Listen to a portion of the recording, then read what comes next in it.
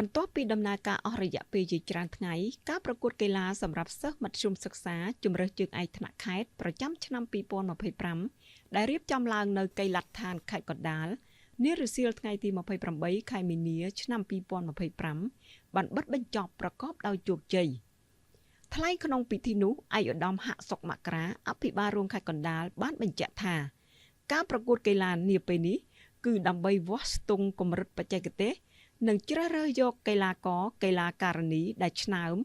និងមានទេពកោសល្យល្អមកប្រមូលផ្ដុំហ្វឹកហាត់ដើម្បីត្រៀមចូលរួមប្រកួតថ្នាក់ជាតិឯកឧត្តមអភិបាលរងខេត្តបន្តថា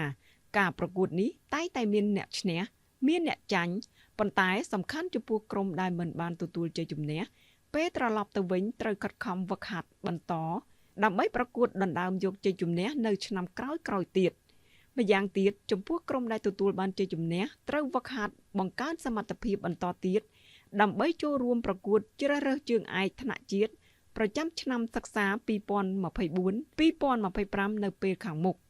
ទន្ទឹមនឹងនេះឯកឧត្តមបានណែនាំឲ្យរដ្ឋបាលក្រុងស្រុកប្រធានការិយាល័យអប់រំយុវជននិងកីឡាក្រុងស្រុកនិងនាយកនាយិកាគ្រឹះស្ថានបឋមសិក្សាក្នុងខេត្តត្រូវយកចិត្តទុកដាក់ការអនុវត្តផ្នែកអប់រំកាយនិងកីឡា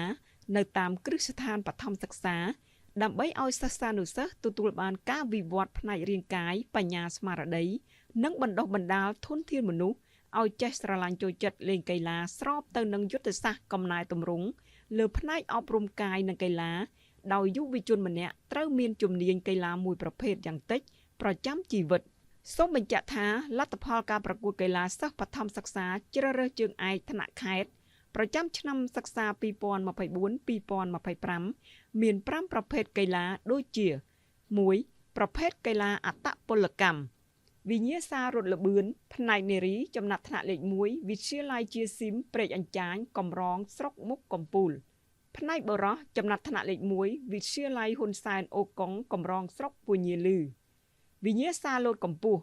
ផ្នែកនារីចំណាត់ថ្នាក់លេខ1វិទ្យាល័យហ៊ុនសែនអូកុងកំរងស្រុកពញាលឺ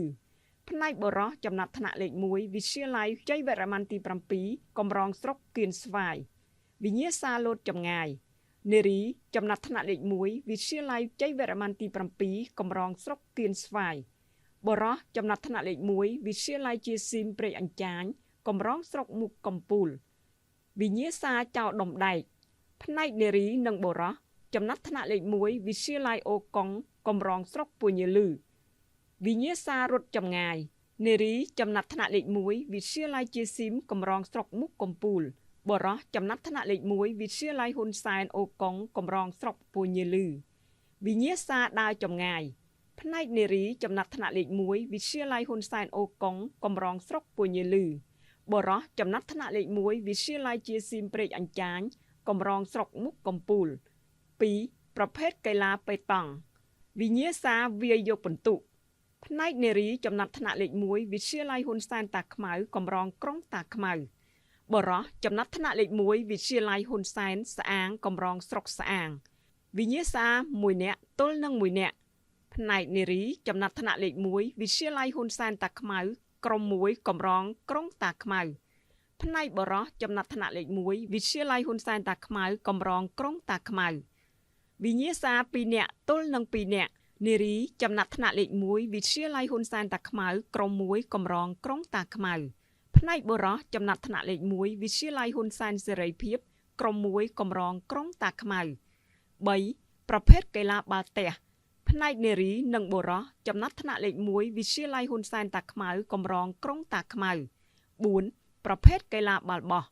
ផ្នែកនារីចំណាត់ថ្នាក់លេខ1វិទ្យាល័យហ៊ុនសែនសេរីភាពកំរងក្រុងតាខ្មៅផ្នែកបុរសចំណាត់ថ្នាក់លេខ1វិទ្យាល័យហ៊ុនសែនតាខ្មៅកំរងក្រុងតាខ្មៅ5ប្រភេទផ្នែកកីឡាបាល់ទាត់ផ្នែកនារីចំណាត់ថ្នាក់លេខ1វិទ្យាល័យហ៊ុនសែនស្អាងកំរងស្រុកស្អាងផ្នែកបុរសចំណាត់ថ្នាក់លេខ1វិទ្យាល័យហ៊ុនសែនសេរីភាពកំរងក្រុងតាខ្មៅ